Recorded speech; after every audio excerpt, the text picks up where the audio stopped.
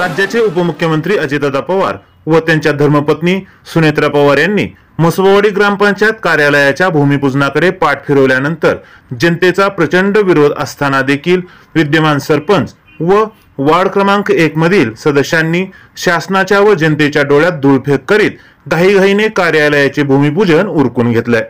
उल्लेखनीय बाब ही की एका बाजूला ग्रामपंचायत कार्यालयाकरिता शासनाकडे गायरान जागेची मागणी केली जात असताना दुसऱ्या बाजूला मात्र ग्रामपंचायत कार्यालयाकरिता मिळालेल्या बक्षीसपत्राच्या जागेवर हे भूमिपूजन झाल्याचा दावा देखील केला जात आहे। त्यामुळे ग्रामपंचायत कार्यालय उभारण्याकरिता ग्रामपंचायतीकडे स्वतःचे क्षेत्र असताना देखील गायरान क्षेत्राची मागणी का केली जात आहे हा यक्ष प्रश्न आहे।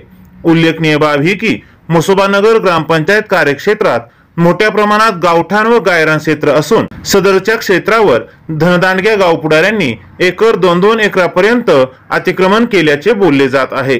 एकंदर पाहता स्वतः बळकावलेल्या जमिनी साबूत राहाव्यात याकरिता गावठाण क्षेत्र असताना देखील हेतुपुरस्सर शासनाची दिशाभूल करून ग्रामपंचायत कार्यालयाकरिता जागेची मागणी केली जात आहे।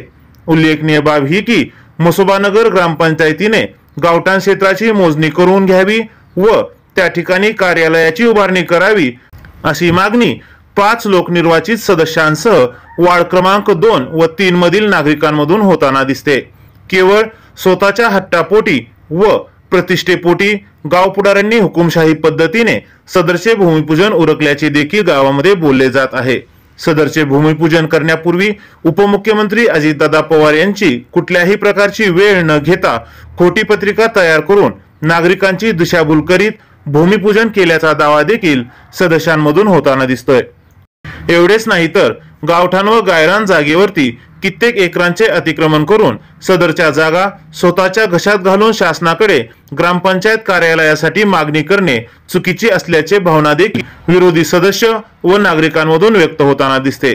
या संदर्भात काही नागरिक व सदस्यांनी विरोध दर्शवित आक्षेपही घेतला असून राज्याचे उपमुख्यमंत्री अजितदादा पवार यांनाही जनमताचा विचार करण्याचे आवाहन केले।